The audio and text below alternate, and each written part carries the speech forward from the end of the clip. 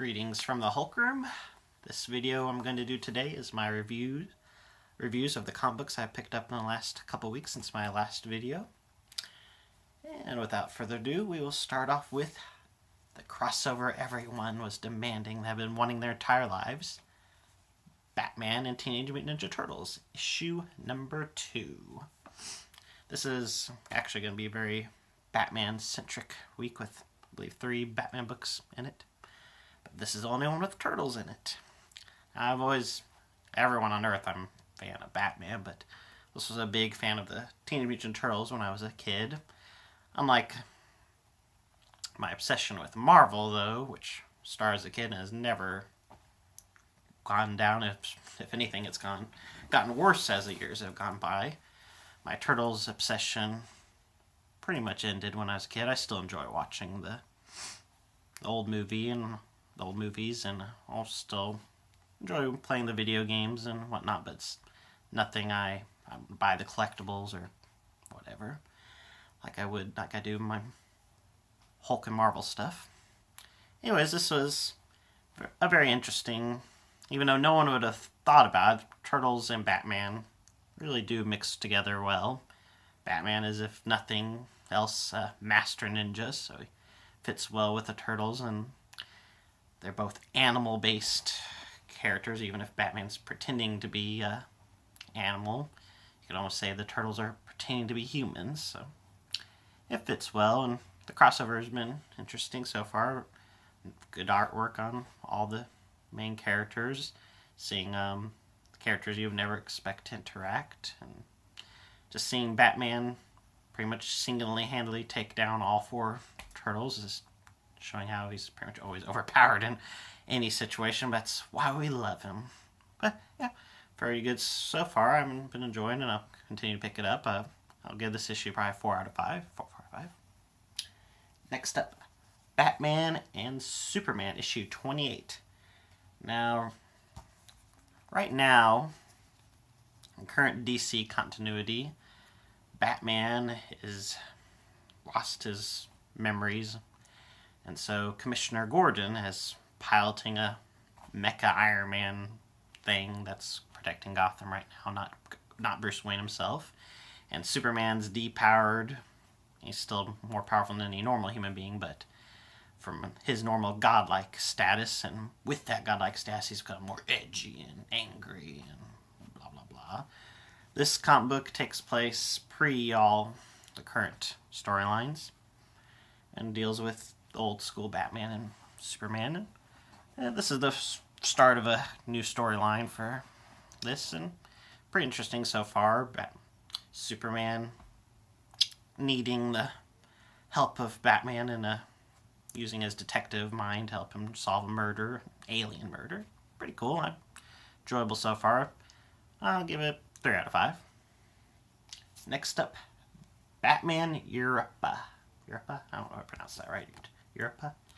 Anyways, number 3. This storyline, this miniseries also takes place with continuity of Bruce Wayne as Batman.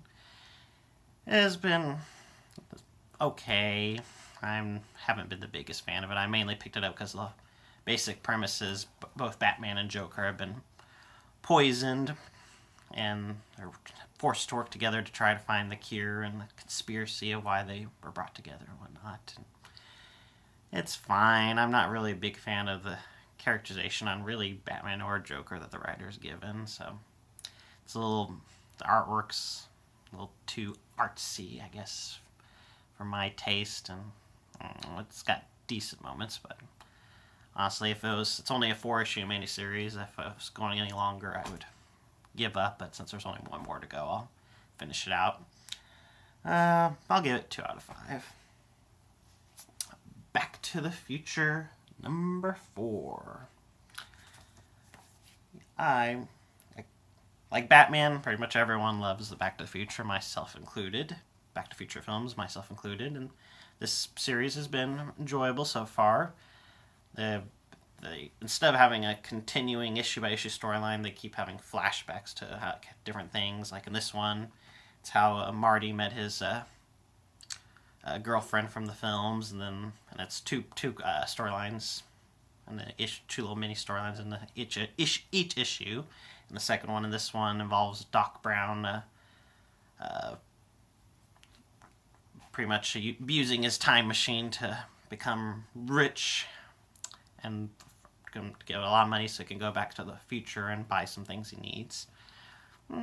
It's enjoyable so far. Definitely, I believe the writer of the movies writes the comic book, so he definitely has the characters' voices and everything down. So it is enjoyable so far. I prefer a normal style comic book with a continuing storyline instead of these tiny one-offs, which I believe the series is supposed to be a mini-series, but has done well enough they're turning it ongoing, and when it does go ongoing, it'll be more traditional. These have been fun so far. I'll get this issue 4 out of 5. I especially like the very end where it's revealed that pretty much the most valuable thing in the world is a comic book. Even in the future, the distant future, 2015. Oh yeah. Oh yeah. Your eyes do not deceive you. That is the Red Ranger. The very first Power Rangers comic book. Well, very first recent one anyways. Mighty Morphin Power Rangers issue 0. Yeah, issue 0. Comics. They're silly. Anyways. I like Turtles. I was a huge fan of the Power Rangers as a kid. Kind of wavered since then, but I had to give this series a try. Funny side fact, as you can see, this is the Red Ranger on the cover.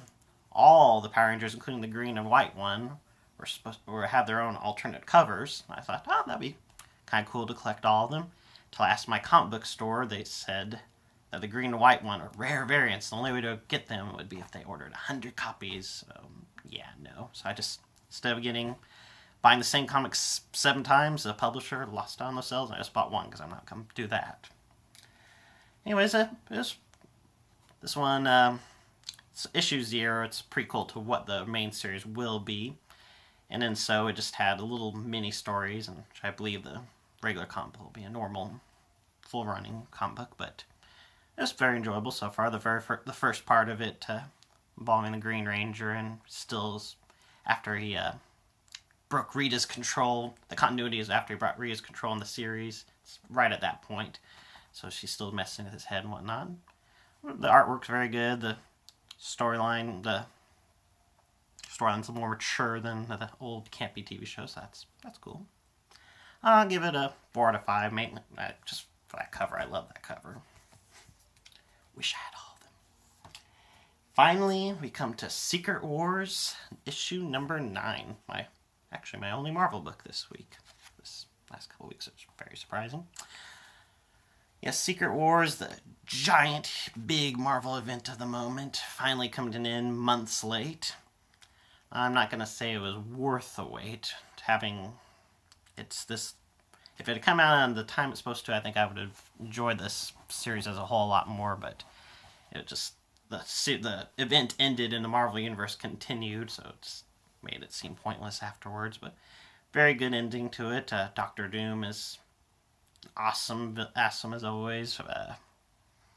The end, as you may or may not know, Fantastic Four, Marvel's first ever comic book, has ended, and not just Marvel's typical, oh yeah, it's ended, but then a month later, but actually have canceled it. And this series has a very nice send-off for Reed Richards and Sue Storm and some of the other Fantastic Four characters, including also some new beginnings for other characters like Doctor Doom himself for the new universe and everything. So I liked it a lot. Some very good action, very good artwork, cool storylines. I think I would have probably enjoyed it more if I read the entire... It's pretty much a spin-off of the old, Avengers run that this writer did for years. I didn't read, but I probably enjoyed it more if I did read that, but still, it was still good. I'll give it 4 out of 5. Well, until next time, I'll try to get my reviews up on the actual day I buy them from now on, but I just kind of been holding off on these for the last couple weeks. And hopefully I haven't actually seen any movies, 2016 movies yet, so I haven't had any reason to do any reviews for those yet. Well, until next time, I'm Matthew. See you later.